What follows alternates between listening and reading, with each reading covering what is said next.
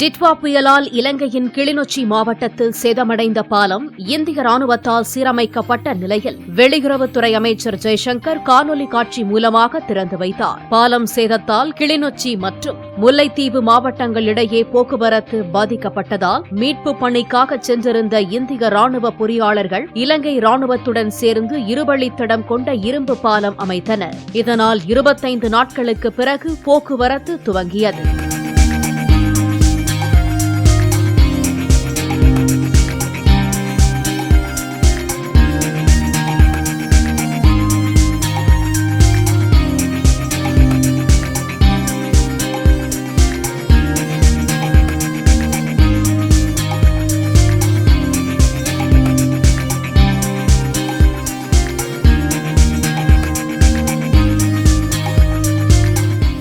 Play store மற்றும் app ஸ்டோரில் இருந்து பாலிமர் செயலியை QR கோடு மூலம் பதிவிறக்கம் செய்யுங்கள்.